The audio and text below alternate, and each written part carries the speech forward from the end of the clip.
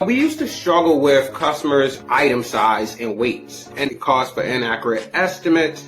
And we also ultimately had to cancel some jobs. It was when we found Live Switch Contact. Their video tool for quoting changed everything. We saved $5,000 in the first month alone. And our only regret is we didn't try them sooner.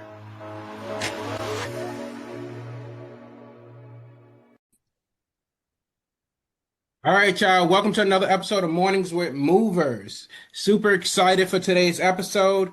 We are going to be discussing SEO and what it brings to the table. Ideally,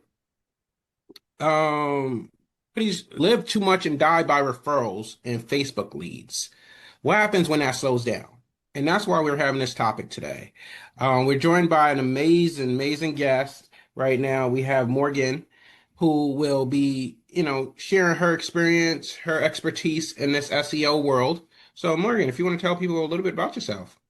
Yes, thank you. So first of all, hi Dwight and hi everyone. Thank you for having me on your show. I'm very excited to be here and to be having this conversation with you.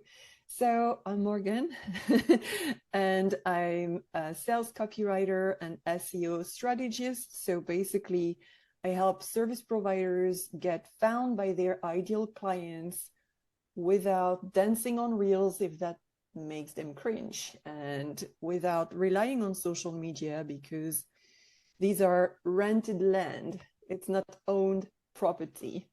And having all your assets on one rented land is not safe, especially in the era of AI, where the bots can suddenly decide to close your account. You didn't do anything wrong, but here you are in Facebook jail or Yeah. right?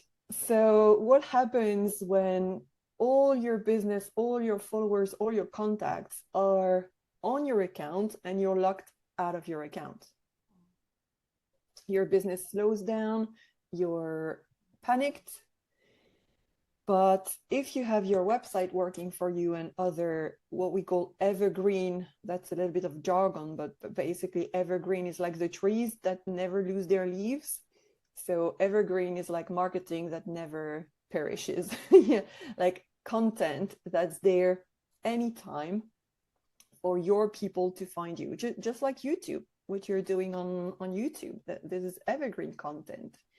So it can be searched for with keywords, with sentences. How do you XYZ queries?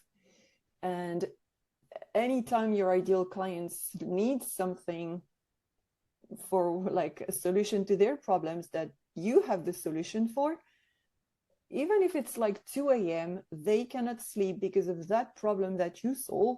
They're going to type on Google while you are sleeping, and your website is literally going to be, hey, I'm here. This is the solution. It's like your best salesperson. So basically, that's what I do.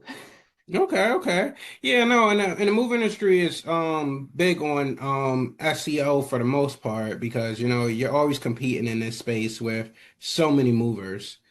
Um and So you hit it right on the nose, especially with social media and Facebook jail. And there's no time when you're gonna get out of Facebook jail. And it's crazy because when I first started my training business, I was doing a lot of DMing on social media. And they tell you all these hacks, oh, you can only reach out to X amount of new people. Other than that, you gotta reach out to friends. And there's no real algorithm to the madness. So many people are just reaching out to people cold DMing, and next thing you know, you can't send any more messages. Not even to people your comfortable warm circle, you can't even send messages to. And you're like, what the heck? Why can I can receive their message, but I can't send them a message. Right. And it's supposed to be, I think, anywhere from 3 days to almost 7 days to reset your profile. And that, you know how much business you're losing if you're on social media only? Absolutely. And cold DMing, I mean, there is a way to do it in a way that builds relationship instead of, hey, like, hey, stranger, you didn't ask me for anything, but here is my solution, here is my link, buy from me. And then you're not hearing anything. So like, hey, circling back, hi, maybe you missed that message. No, I didn't. I just don't care about what you have to offer. I wish you well, but don't just. I mean, that's the sad reality, though. It's how it is. Hey everybody, my name is Dwight Mack with Mack's Moving Training. So we're gonna be doing a move and a pack today. But before we go in, there's just 10 basic rules that we just need to know before participating with this service.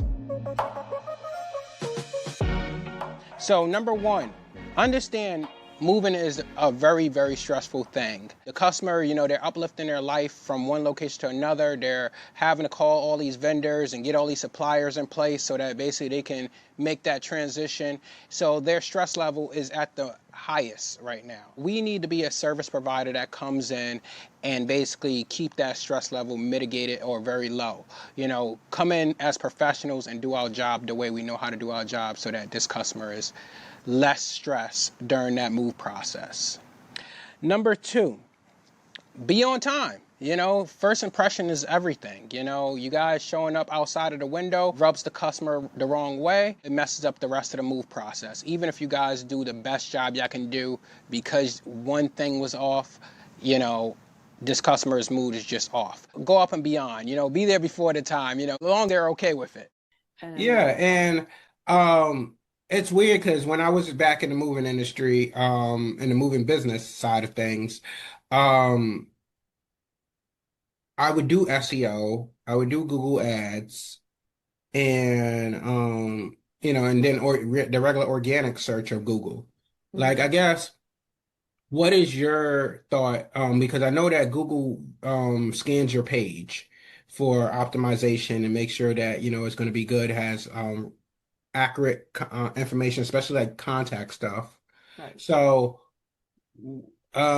I guess people frown on having like a call tracking number on the website, or Google frowns on it because if it's different from the Google Maps phone number, it can hurt your ranking. Yeah. So you need to have, like, if you have a Google business profile, Google Map, like Facebook, even, on your social media, on your website, it needs to be your same information. Otherwise, like you said, Google is going to be like, wait a minute, is that the same business? Like, why isn't that the same phone number? What is going on?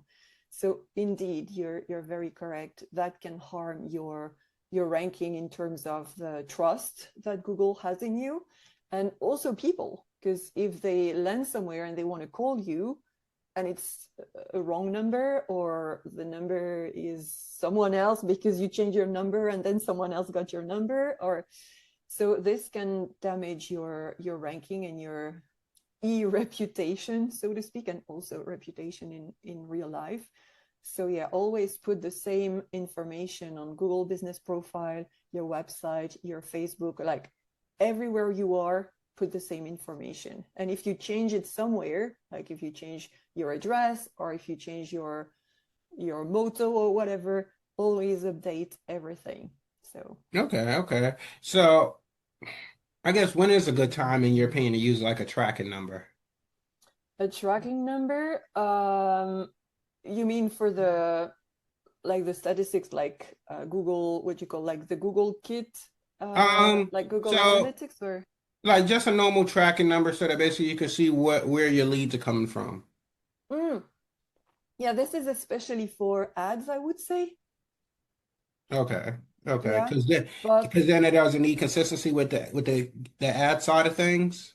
yeah, you have the ads, but you also have, like, what is it called? I'm trying to remember. Facebook Pixel, or is it something like that? Pixel. Okay, yeah, they do have Facebook Yeah, pixels. yeah. So you can have that.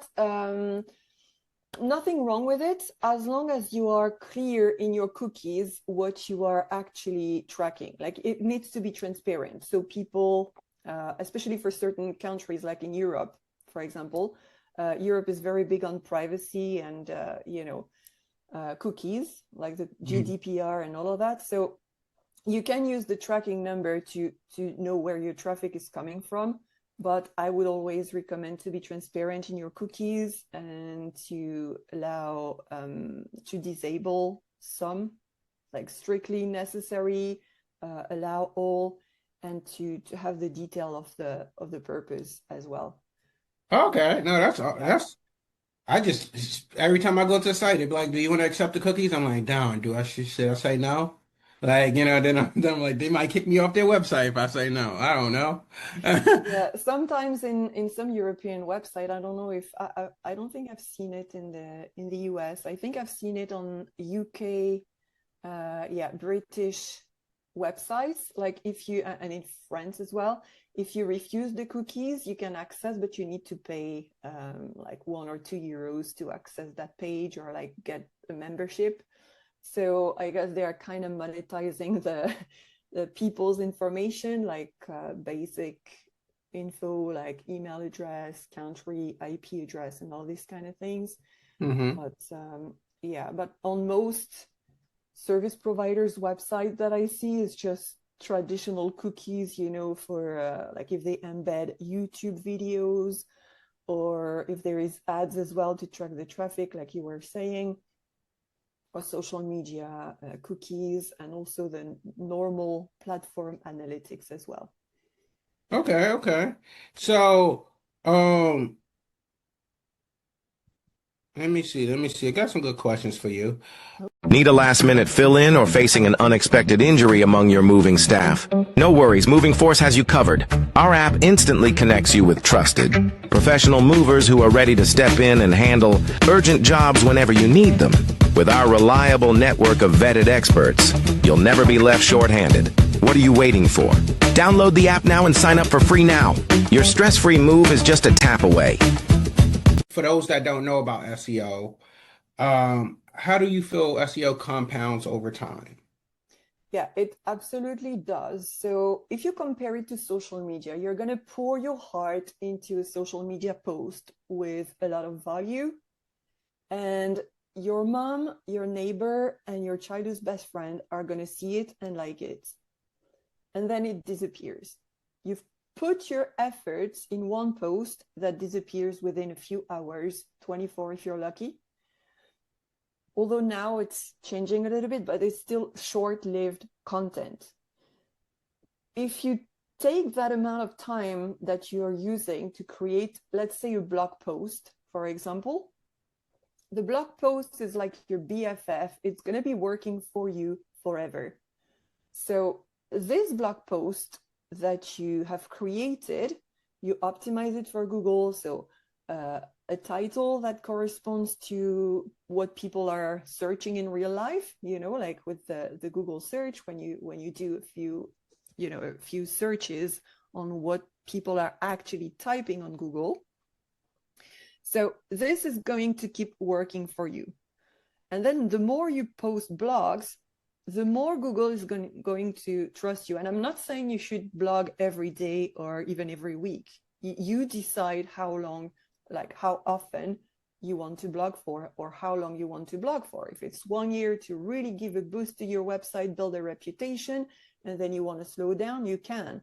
Because like we say, it's compounding. So the older your domain name is, and domain name is the URL of your website, like www.yourdomain.com. This is the domain name. The older, the better. It's like wine. I don't drink alcohol. I know for a French girl to drink wine, it's not normal, but that's me. I don't like it. So it's like wine. The older your domain, the more trust Google is going to have in your domain. Add this to content that is relevant. So meaning you're answering actual questions that your ideal client has. The depth, meaning you're not just stating random tips. You are also to add depth, you need to add your own authority, your own thought leadership, and your unique angle, your things in the industry that you've heard and that you don't necessarily agree with. So this is really deep because as opposed to someone who blogs and who's like, hey, ChatGPT, write me a blog about, I don't know, whatever, marketing. So it's going to be very surface level. Like ChatGPT is not, even if you train it to sound like you, it's still not going to have your depth. Mm-hmm. So if you add your own perspective, thought leadership, your authority, your unique angle, and your expertise, the more you post, the more Google is going to trust that, because Google is going to be like, wait a minute, this people are searching this, they are landing on that page, and they are actually spending time reading.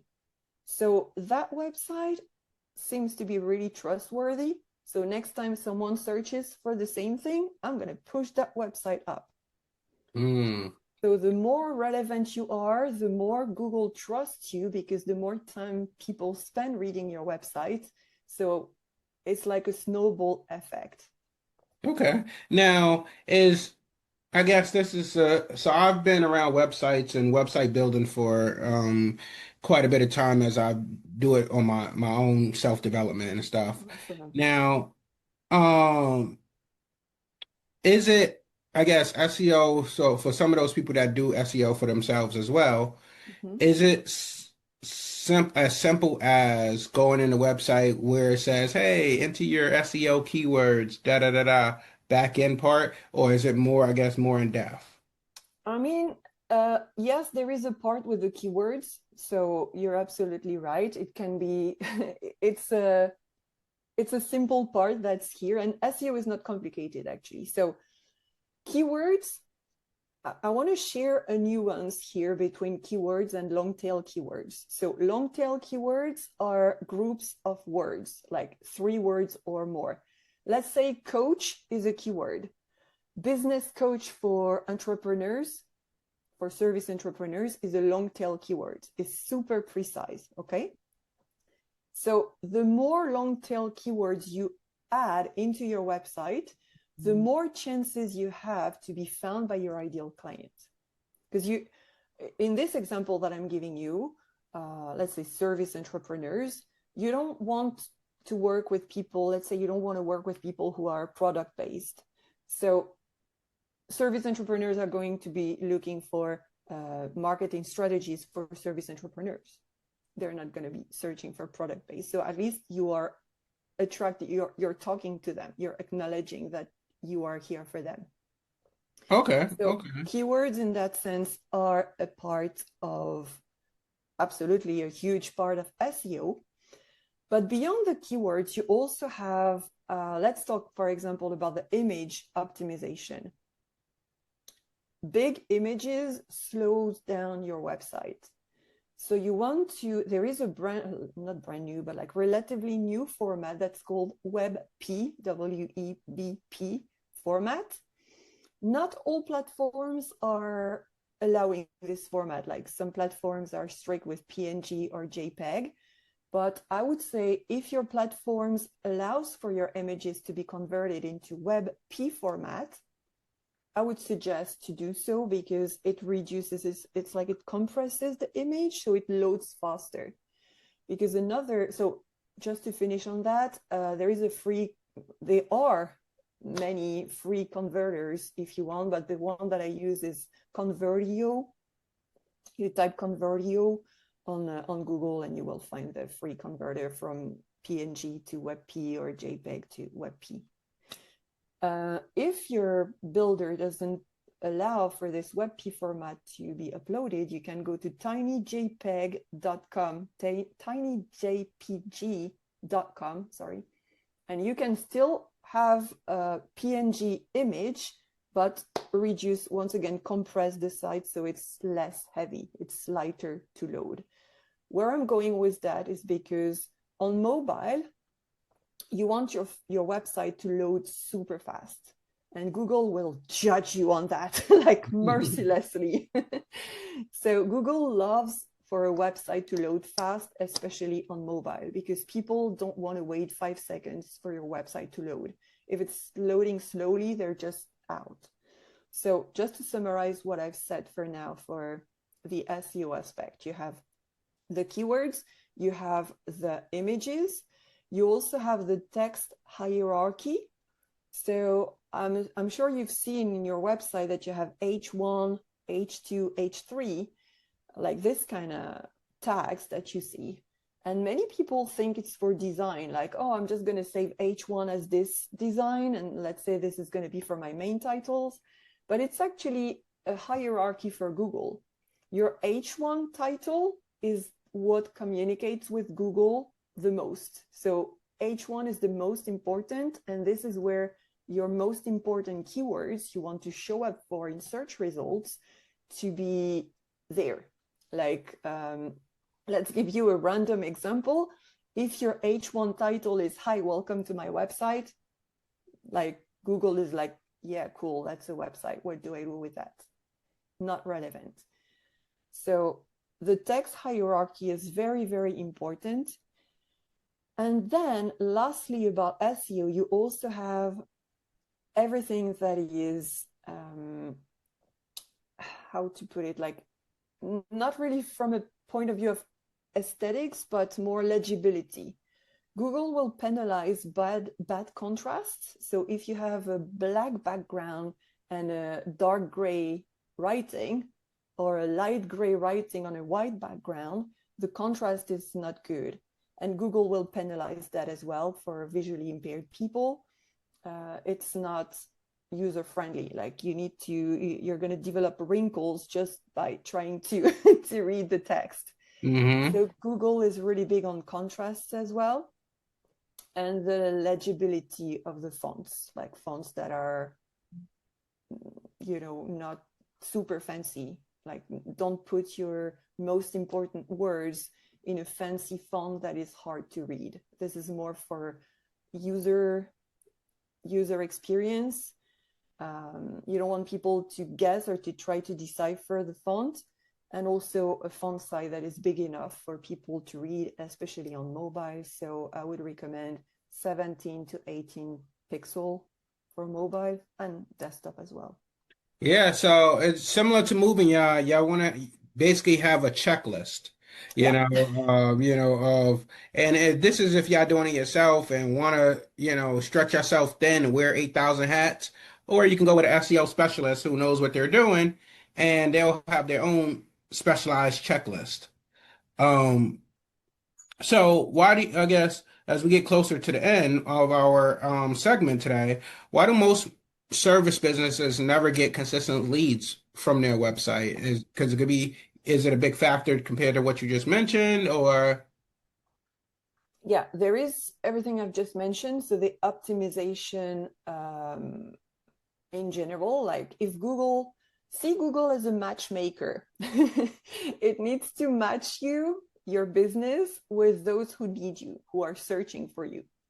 But if your message is not clear, Google is going to be confused and it cannot show you to those who are looking for you if it cannot connect the dots. But then let's say your optimization is well done, like your website is communicating with Google perfectly.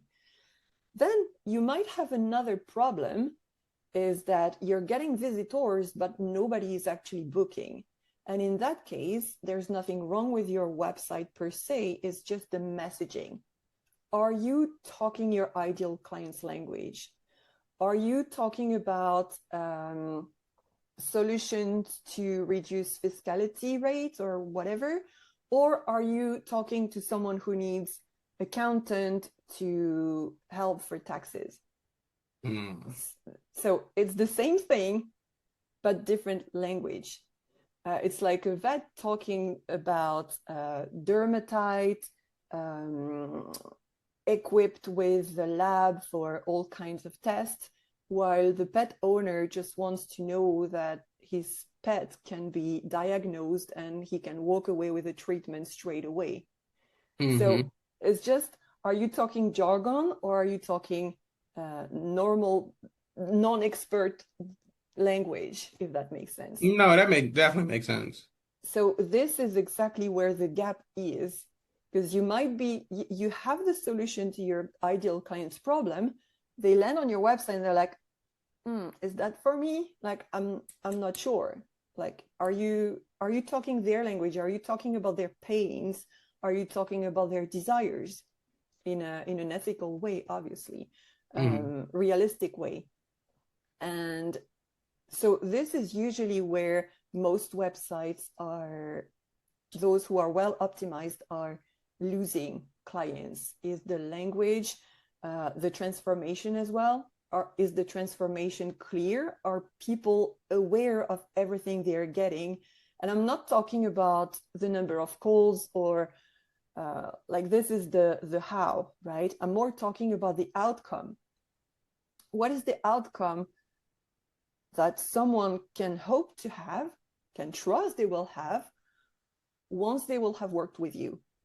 So this is not an 8-week coaching program. This is what they're going to get after those 8 weeks in that example. Okay. So clear transformation is so important. Okay. So I guess quickly, I guess, what would you say for as far as um so let's say I was number one in my market, with SEO on the map pack of Google. And is there, I guess, would there be any reason at that point to still pay a high dollar amount for SEO? Or is it paying for like the backlinks that you have to pay for monthly? I just don't know. I feel like some companies charge you an arm and a leg, and they're saying you're paying for backlinks, but you could be paying for their service. So you don't really know how the money is broken up. You just know that you're sitting at number one and there's no more you can do, but you're being charged monthly. So how does that? Yeah.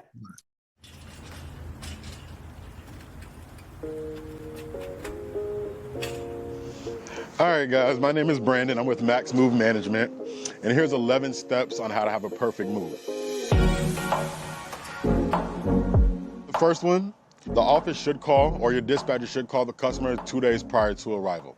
The reason for this is just in case the customer has a closing on the house, maybe they weren't able to secure, a babysitter for the child or a pet sitter. You definitely want to call 2 days in advance. This helps the customer be prepared, and you make sure that you as well know that you're going to a customer that's also prepared. 2, the crew should also call the customer prior to arrival to the home. After the guys have already geared up, you got all your equipment in your truck, you got your address punched into your GPS, go ahead and either the driver or the helper, give the customer a call or a quick text, let them know that you're en route to your location, and provide them with the ETA. This also sets the expectation for the customer to be back home just in case they would have dropped their kids off to school. For the third one, look to keep the customer happy, break the ice in the beginning. So pretty much this means when you walk up to the house, knock on the door with your best mannerism that your mother taught you or father, you knock on the door, introduce yourself. Hi, my name is Brandon. I'm the foreman. This is my helper. And you introduce the team that you have with you. So I would say backlinks, not all backlinks are good backlinks. You have websites that have a bad ranking, like a bad score on Google. And some people are literally stealing your link and putting them on their website, and it's actually harming, but that's a whole different story. Like, this is terrible. But if you want to have backlinks, you want to make sure the domain authority of that website is high, or unless it's a friend of yours that you know personally, and even if their website is brand new, their domain authority is not strong yet because Google is discovering their content and all of that. So you can have backlinks with friends, with people from related industries. But if you hire a company who specializes in backlinks, don't be afraid of asking questions, because one of my clients was about to pay, I think it was 180 euros per month. So think something like $200 per month approximately for ads with backlinks. And I'm like, you don't need that. You don't need that.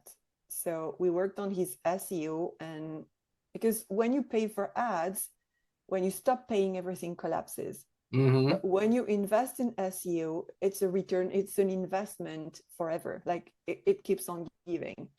So I would say if you're already top, you need to maintain there.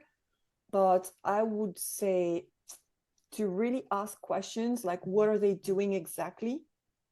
like ask a detailed breakdown, and if they refuse to give it to you, it smells bad, I'm sorry to say. Yeah, because I feel like the moving industry, you're paying a lot of money to get top, but it's competitive pricing, a lot of it Mhm. sometimes.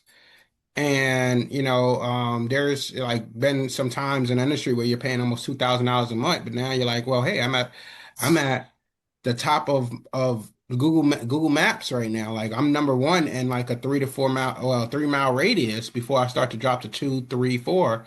Yeah, And I'm like, what am I paying for? Like you can't make me any better than I am right now. So it's really sustainability. So like that was my question, where it's like if I got rid of it or got with a smaller company at that point just to maintain SEO, um, could it affect me depending on the package they offer? They're not offering map pack optimization. It may affect me there. It's just so many questions, where how much yeah. what you cut off. Honestly, I would definitely ask for a meeting with them and ask them to break down what exactly they're doing, because transparency is something valuable. Like Hmm. we like, and it, of course it has to do with trust, but obviously you're getting results, but you also want to be feeling like you're in charge of your budget, not like you're like this tied, because what if I stop paying and everything collapses? Because this Hmm. adds extra stress, and it's like you're being hostage of your business, so to speak. So I would definitely ask for a clear breakdown and what are the options. Like there is nothing wrong to ask, like in asking what your options are. Okay, what is the package? What am I paying for? What is a must? What should I keep? And then ask for time to think about it. Consider your options, because with times I've come to realize that when someone, I'm not saying the company is doing that, I'm talking in Hmm. general here. When someone is trying to push you to make a decision, usually I'm running away because I'm like, this is dodgy. Like, you don't want people to just throw money at you for the sake of, yeah, like, because this offer might expire soon, so like FOMO, we don't want to work on FOMO. There is ethical urgency and unethical urgency, and I'm all about ethical urgency. Like, yes, you can have special offers, but I'm going to take my example. I have an offer. I have founding member rates available. So if people want to join at a founding member rate, good for them, because it's going to, like, they're paying less. But I'm making sure they know that if they miss, quote unquote, not miss the opportunity, but if they don't take this opportunity, it's totally cool. They can still invest anytime. So Okay. when someone pressures for a special offer or number of spot limited or whatever, I feel it can lead to resentment afterwards, because you're like, they're playing on the adrenaline, like the dopamine or whatever kind of hormone. I don't know about science, but it's like they're trying to be like, oh yeah, this is a bargain, let's do this. And then when you've invested and the emotional high is dropping, then I'm like, oh, whoa, snap, like what did I do? Like, Hmm. it was that really what I wanted? Because then they're gone, they're back to their business. And when you ask information, sometimes it's unclear, or it's like, well, it was written. People change behavior sometimes. I'm not saying everybody does that, but I have experienced this personally, where I've invested in Coda, like I got tricked, so to speak.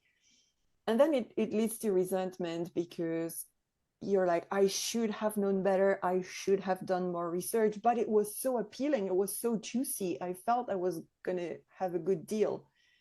And I don't think it's a good place to invest from, because especially when the amount of money are high, you want to feel calm about it. You want to consider the pros and cons. You need to feel, yes, of course, emotions are important. You need to feel emotionally satisfied from an investment that you're making. But it's not about, oh yeah, I vibe with it, I'm in alignment, let's manifest, like none of that thing. So it's really important to not let ourselves as consumers, as business owners, on the client's aspect, not to let ourselves intimidated or with the FOMO or whatever. I hope Okay. I'm making sense. No, that makes sense. Makes sense.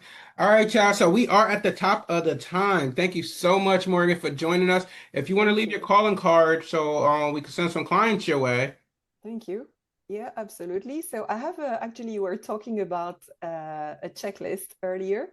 I have an audit checklist, like it's a PDF that you can download for free, and it gives you like, I think it's 20. I forgot my own thing. You check like, is my website loading fast, like a guideline to check if your website is corresponding to this. And then at the end, you count the number of boxes that you've checked, and you have a score, so to speak, with a diagnosis in the big lines. So you can do that yourself, and then at least you know what to fix. Okay. Like Okay. you have directions. So it's I will share the link with you. So if you want to share it. But Okay. yeah, it's on my website, morganeconsulting.com, Morgane with an E, the French way of spelling it.